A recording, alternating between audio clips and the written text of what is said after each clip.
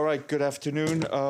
Just a little housekeeping order. I'm going to brief, then Paulina, and then we expect the President of Niger, President Bazoum, to brief probably in about half an hour or so. So I would just ask you to wait in the room until afterward Paulina and I are done. Thank you. Just want to flag the obvious, which is Secretary General is back working from the office this morning after having tested negative earlier today. So we're glad to have him back. This morning, the Secretary General spoke at the Security Council's high-level debate on maintaining peace and security in the context of terrorism and climate change. The Secretary General said that no one is safe from the destructive effects of climate disruption. However, regions that are most vulnerable to climate often also suffer from insecurity, poverty, weak governance, and the scourge of terrorism. The Secretary General noted that while climate change is not the source of all ills, it has a multiplier effect and is an aggravating factor for instability, conflict, and terrorism. He added that we must address these challenges in an integrated manner and create virtuous circles of peace, resilience, and sustainable development. He pointed out to 5 areas where collective action is needed: preventing and addressing the root causes of insecurity, increasing investment on adaptation and resilience, improving early warning systems, and developing partnerships and initiatives linking local, regional, and national approaches, ensuring there is a sustained funding to fight terrorism and conflict. Have an update for you on Mali following the attack on our peacekeeping convoy and the deaths of 7 of our peacekeeping colleagues. The UN Peacekeeping Mission in Mali reports that 3 Togolese peacekeepers injured yesterday are now being treated at a UN hospital in Mopti. They are reported to be in stable condition. 2 of the injured peacekeepers are scheduled to be evacuated to Dakar for further treatment soon, and we wish them a speedy and full recovery. A UN peacekeeping ground quick reaction force was activated yesterday following the attack to secure the areas and retrieve the damaged armored personnel carrier. They're also supporting a post-blast investigation and explosive ordnance disposal team. Excuse me. Also yesterday, you will have seen that in the afternoon we issued a statement in which the Secretary General condemned an attack that took place in the Democratic Republic of the Congo. Suspected Mai combatants attacked a UNHCR colleagues who were traveling in the Lubero territory, North Kivu province. They were being escorted by UN peacekeeping patrol. The UNHCR team was returning to the city of Beni after distributing humanitarian aid to people displaced by violence, as well as vulnerable families from the host community. 3 UNHCR members were wounded. The mission dispatched reinforcements to the scene and provided medical evacuation to the wounded. The Secretary General called on the Congolese authorities to spare no effort in investigating and promptly holding accountable the perpetrators of this unacceptable attack. We now have some more details on the Peacekeeping Ministerial meeting, which took place, as you know, in Seoul, in South Korea, and ended yesterday. 62 states have announced new pledges to help enhance the performance and impact of peacekeeping operations in line with the Secretary General's Action for Peacekeeping initiative. 36 countries made commitments of new military and police capabilities, some available for rapid deployment. The host of the event, the Republic of Korea, pledged to donate 16 helicopters to be used in UN Peacekeeping Mission. 45 countries pledged to provide training opportunities or announce capacity-building partnerships with other countries. Pledges also included efforts to strengthen the technology and medical capacity of UN peacekeeping. Member states also affirmed their commitments to enhance the role of women in peacekeeping and to improve the UN's environment footprint. 3 Undersecretaries General who represented the UN in Seoul, Mr. Lacroix, Mr. Carré, and Ms. Pollard, welcomed the strong political support and pledges from member states. They said this will help improve mandate delivery and support for peacekeepers. As you will have seen a short while ago, we issued a note to highlight that Undersecretary General for Political and Peace Building Affairs, Rosemary DiCarlo, concluded her visit to Afghanistan today. While there, Ms. DiCarlo met a wide range of Taliban representatives, political figures, women leaders, members of civil society, and the diplomatic community. She reiterated that the UN will stay and deliver in Afghanistan, where political turmoil has contributed to a dire humanitarian situation. During her discussions with senior Taliban representatives, Maulavi Abdul Kabir and Amir Khan Mutaki, the Undersecretary General emphasized that the paramount importance of ensuring all Afghans, men, women, youth, religious and ethnic groups, and minorities as well, can all take part in governance and public life. Ms. DiCarlo also noted there was a serious and understandable concern about the situation of women and girls in Afghanistan. The Undersecretary General also discussed the country's humanitarian situation, which has significantly deteriorated since last year. On that note, I can report happily some more deliveries of aid throughout Afghanistan. Our colleagues are telling us that in the 3 months period of September through November, humanitarian partners have reached 8 million Afghans with food assistance, 150,000 people with relief items, and 130,000 children with community-based education activities. In the period, more than 1.1 million people have also received primary and secondary health care services, and more than 200,000 children were treated for acute malnutrition. In addition, 45,000 people received protection assistance, including cash, and 488,000 people received water, sanitation, and hygiene assistance. Thanks to the continuing commitment of donors, the Afghan Flash Appeal is more than 100% funded, and the Humanitarian Response Plan is currently 84% funded. With the worsening situation in the country, the humanitarian requirement is expected to triple in 2022. We count on continued commitment from donors to respond to their rising needs. Our humanitarian colleagues also note that addressing the pressing financial crisis in Afghanistan, including the liquidity shortage, remains a critical priority. It is also critical that humanitarian operations are exempted from the scope of sanctions regimes so that scaled-up assistance can be delivered unhindered. I have rather a lengthy update for you from on the humanitarian situation in Ethiopia. In the north, our colleagues are telling us that many people continue to be displaced due to the conflict in Amhara, Afar, and western Tigray. Tens of thousands of people have been uprooted from the town of Shewa Robert in Amhara's North Shewa zone to parts of neighboring Afar region. Several thousand people have been displaced from Woldilia to Lalibela in Amhara, while tens of thousands of people are believed to have fled western Tigray to Tigray's northwestern zone. Between December 1st and the 7th, 44 trucks of food, nutrition, and water and sanitation supplies arrived in Mekele through the Afar corridor. This is compared to 157 trucks a week earlier, and remains far short of the total of the needs of 100 trucks per day that we've been talking to you about for quite some time to meet the needs of the people in Tigray. Fuel has not yet arrived in Tigray through that route, and that's since August 2nd. In addition, medicines and medical supplies have not been allowed to enter Tigray, with a few limited exemptions. In Tigray itself, despite reduced capacity, our humanitarian partners continue to deliver life-saving assistance and critical services across the region. Between the 25th and the 1st of December, some 43,000 people received food aid, including more than 10 million newly displaced. Insecurity and other challenges have made delivering aid to Amhara difficult. A recent assessment in the towns of Desi and Kombolcha saw the looting of public services, including health facilities, and as noted yesterday, significant looting of food supplies from Kombolcha was also reported. We are continuing to scale up, our partners are continuing to scale up their assistance to the parts of Amhara and Afar that they can actually access.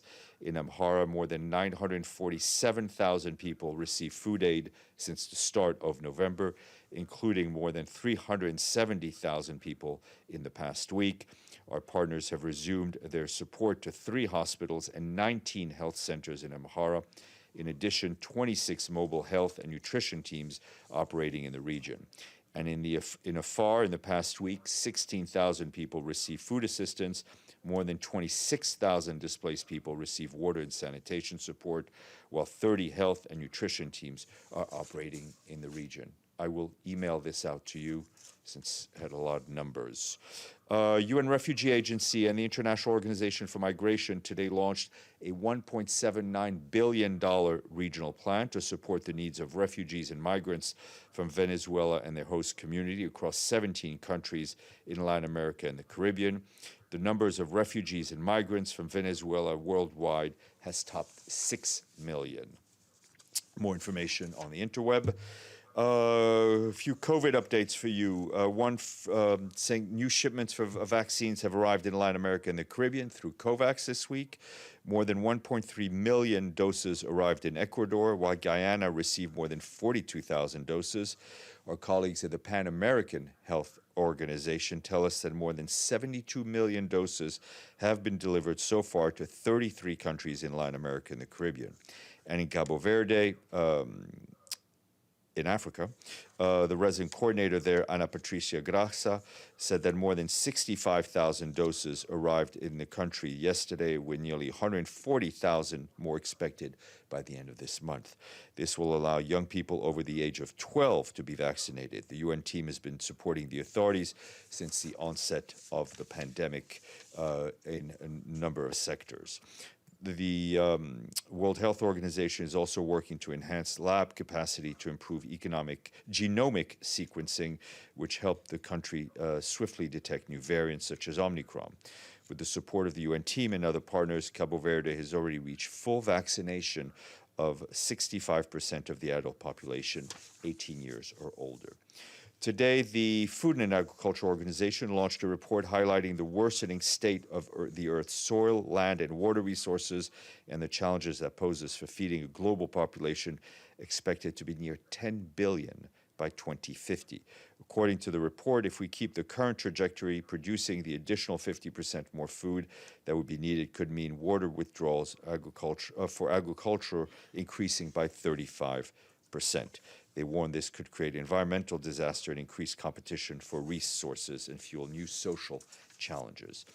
We have 2 days today. Today is the International Day of Commemoration and Dignity of the Victims of the Crimes of Genocide. Speaking via pre-recorded video message to an event to mark the day, the Secretary General said the Convention on the Prevention and Punishment of the Crime of Genocide has given us a better understanding of early warning signs and risk factors. Yet, he added, today genocide remains a very real threat. The international community has repeatedly failed to respond collaboratively and has repeatedly also has not responded swiftly or decisively to prevent genocide or related atrocity crimes. We know what is needed, he said. We must eliminate identity-based discrimination and recognize diversity as a threat. But states have the primary responsibility for preventing genocide, but this cannot be achieved without the participation of society as a whole. And today is also International Anti-Corruption Day, and in a tweet, the Secretary General said that corruption betrays people, drains resources, and weakens democracy, noting that the day highlights the need for us to take stand for integrity, promote justice, and demand accountability. Also marking the day, the UN Office for Drugs and Crime launched the first ever global report on corruption in sport. The report shows that up to $1.7 trillion is estimated to be wagered on illicit betting markets each year in sports. It's a lot of money. Edie. Thank you, Steph. A couple of follow-ups. Has the Ethiopian government or have the Tigray forces given the UN any explanation of why convoys with medicine and fuel trucks are being barred from entering the Tigray area? You know, the short answer is no, not that I'm aware of.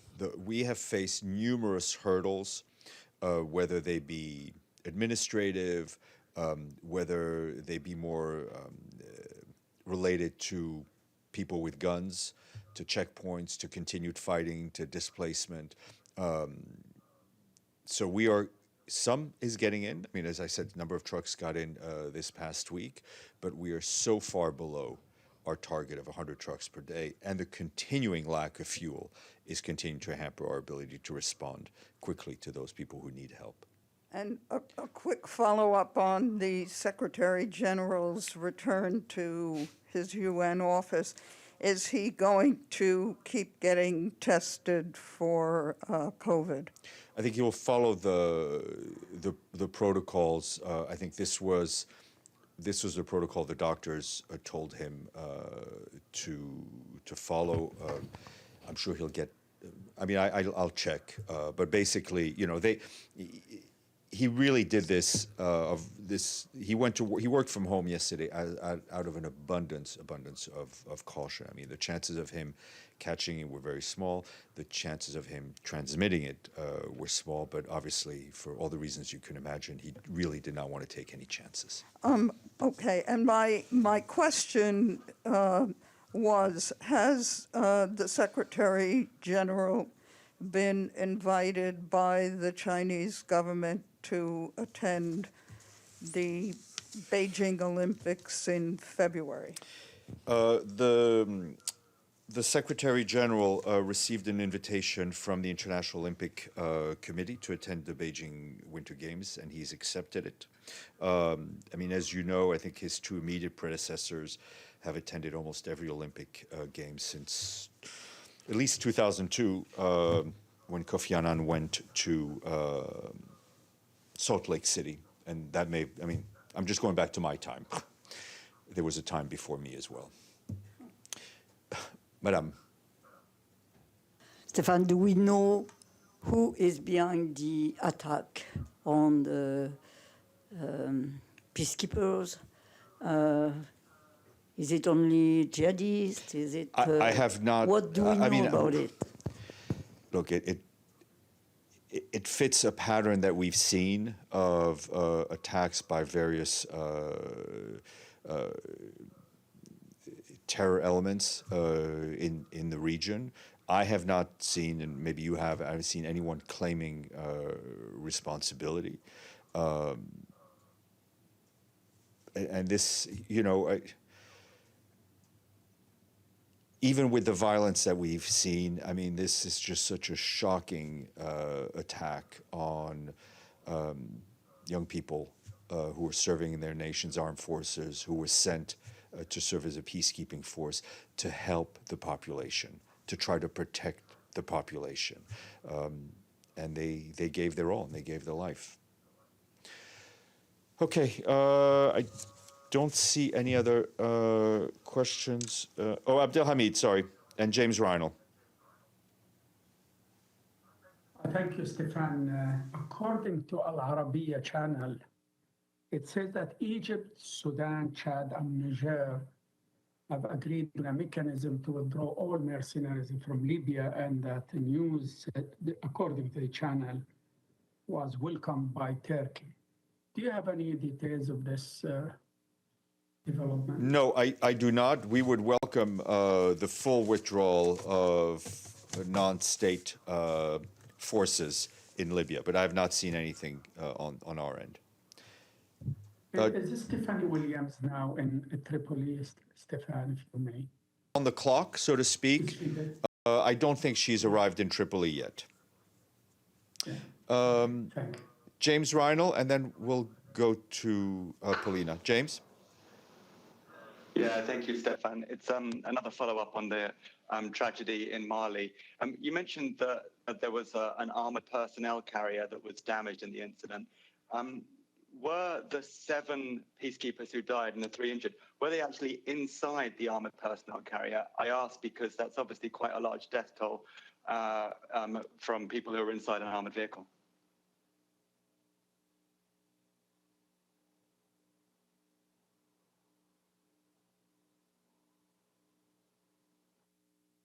peacekeeping mission to really have the equipment that they need as they operate in areas that are increasingly dangerous and in areas where they are increasingly targeted because they are UN peacekeepers. Okay, Paulina, oh, sorry, Dulce, go ahead. Yeah, just about this vehicle. So it was not reinforced appropriately for IED attacks? All I know is that it was an armored personnel carrier. I'm not a ballistics expert, but you can imagine that if you use enough explosive, you can damage just about anything. Whether it's it's armored, so it's reinforced by definition, but obviously that has to do with the amount of explosives that are being used to target the vehicle. Paulina. Sorry, Stefan. Can I do? Yeah, James. Sorry, Stefan. Can I do two quick follow-ups on the Mali thing again? You said the vehicle was targeted. I mean, it's a roadside bomb, so sometimes he's just laid and nobody knows what vehicle is going to be driving over them. Do you have intelligence that the peacekeepers were the intended target? Second part, you did mention that there's an investigation into this incident. Will the UN make the results of this investigation public? Yeah, we will share what we. I'll give an update to what our peacekeepers find. Okay.